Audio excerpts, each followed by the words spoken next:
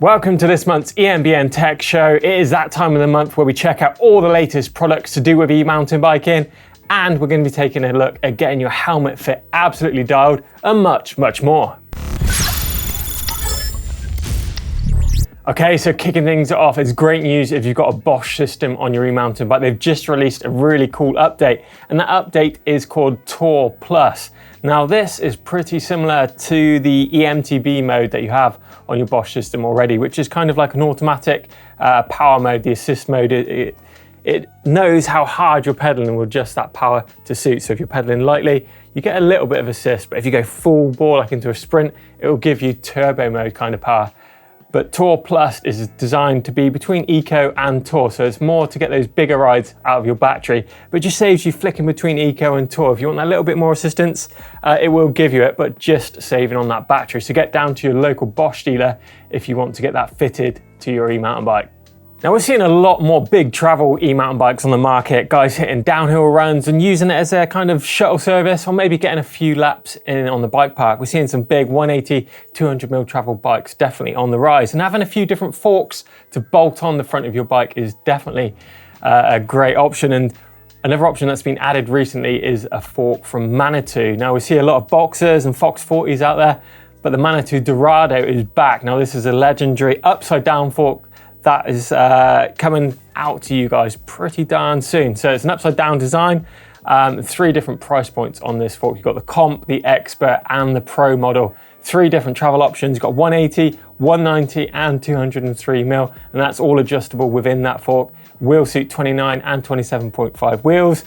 You get different crown options to adjust for that different fork length you're going to get with those wheels as well. 37mm legs on this, so this is a lot more beefed up over the last version of this fork, and they say it's 20% stiffer as well. So nice stiff fork, and the Pro version, so the top end version of this fork, weighs in at 2,970 grams. So bit of weight, but it is a big travel fork and a big hitter for sure. And price wise, well, that starting price is going to come in at $1,225.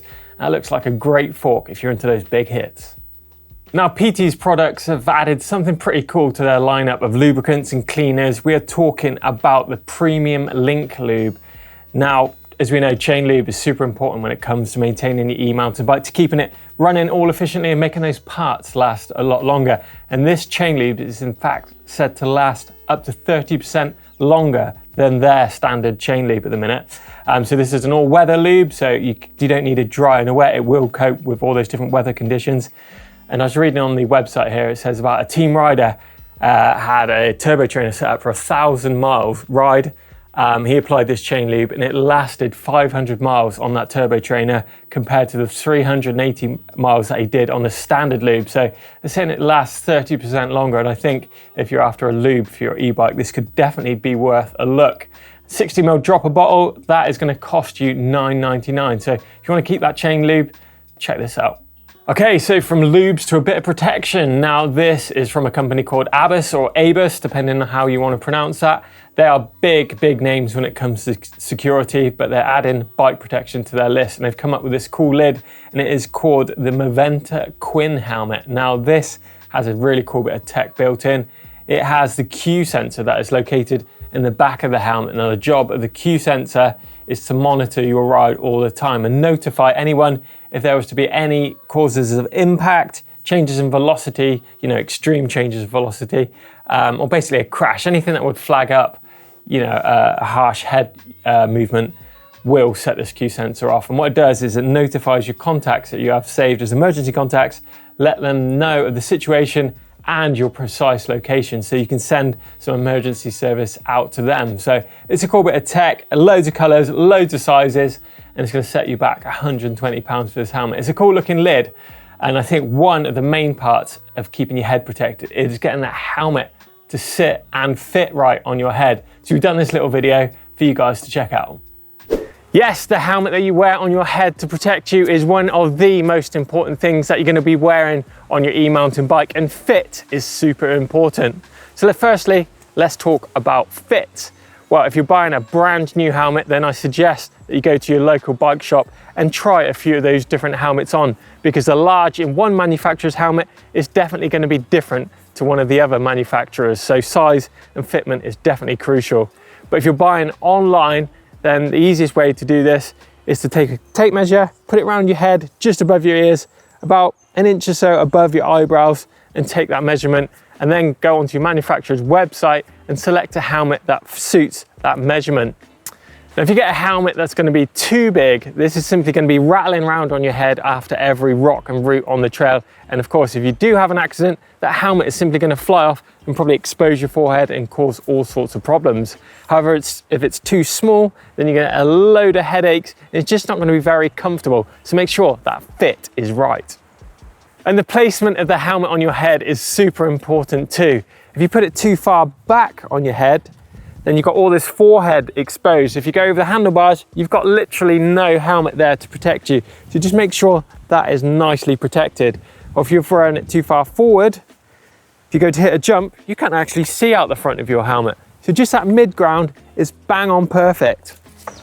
So how do you fine tune your helmet to fit your head perfectly? Well, most helmets are going to have an adjustable cradle inside. Now this you can turn click by click and really adjust that tension. And once this is in the correct place, you should be able to shake your head with the chin straps undone, and your helmet should stay in the right place. And as well as this adjustable cradle on the back, you can find that you can actually position this inner cradle as to how that helmet's going to sit on your head. You can tilt the helmet forward and backwards to fine tune that fit even more. Now, once you've got that fit dialed just using the cradle and that helmet is nice and secure on your head, then it's time to look at the fixings on your helmet. Now, loads of different choices on these, often just going to be a snap buckle like on this helmet, or you can get D-rings or sometimes magnetic clasps, but they're all the same. But basically with these, you just tension them so you can just get a couple of fingers underneath your chin. If you run it too tight, again, you're going to run into problems, and too loose, it can literally fall off your head. And also on the side, there's going to be ear straps. You want these to sit nicely underneath your ears, and you can adjust these super easily by using these clips here. Then there is the peak on the top of the helmet. Now, its primary job is to block the sun out of your eyes and direct a bit of airflow into the helmet. Now, you need to put this in the right place too. If you have it too low, it's definitely going to hamper your vision when it comes to riding a steep section of trail. Or if you have it too high, maybe putting goggles underneath is its primary job. But if you ride it like that, you look a bit funny. It's going to kind of act as a bit of an air brake too. So mid position is kind of good. This helmet has 3 different peak positions. So I just click it up into number 2, and it's that perfect mid ground for a bit of everything. Then there is, of course, the full face helmet. Now, there's quite a lot of similarities to the stuff that I've talked about already in this little mini guide. But the main thing that you will notice on a full face helmet, they often won't have the ratchet system on the back of the helmet to adjust that tension. With a full face helmet, you often get some spare pads that are going to allow you to really customize that fit of the helmet. But fit on a full face is definitely super important too. Okay, so I hope that's given you guys a little bit of information about getting that helmet to fit and sit right on your head. It is super important. But let's carry on with some tech as well. So we're going from our head down to our toes. And this new shoe from Shimano looks pretty cool. This is an EMTB specific shoe. It is called the ET5. And what makes it e-bike specific is that it's got a super efficient sole on it. So it's kind of stiff, but you're not going to compromise that feel of the pedal underneath. It's got really sticky rubber as well, so you're not going to be slipping those pedals. And the material that's over it is super tech too. It's really breathable and will keep some of that water out as well. And you can use it as a bit of a multi-use shoe too. It's not all disco style. It is a bit more of a casual looking shoe, so you can go out for some walks in it, or just use it for something else other than e-biking. And the price of this one is going to come in at €99, so nice looking shoe.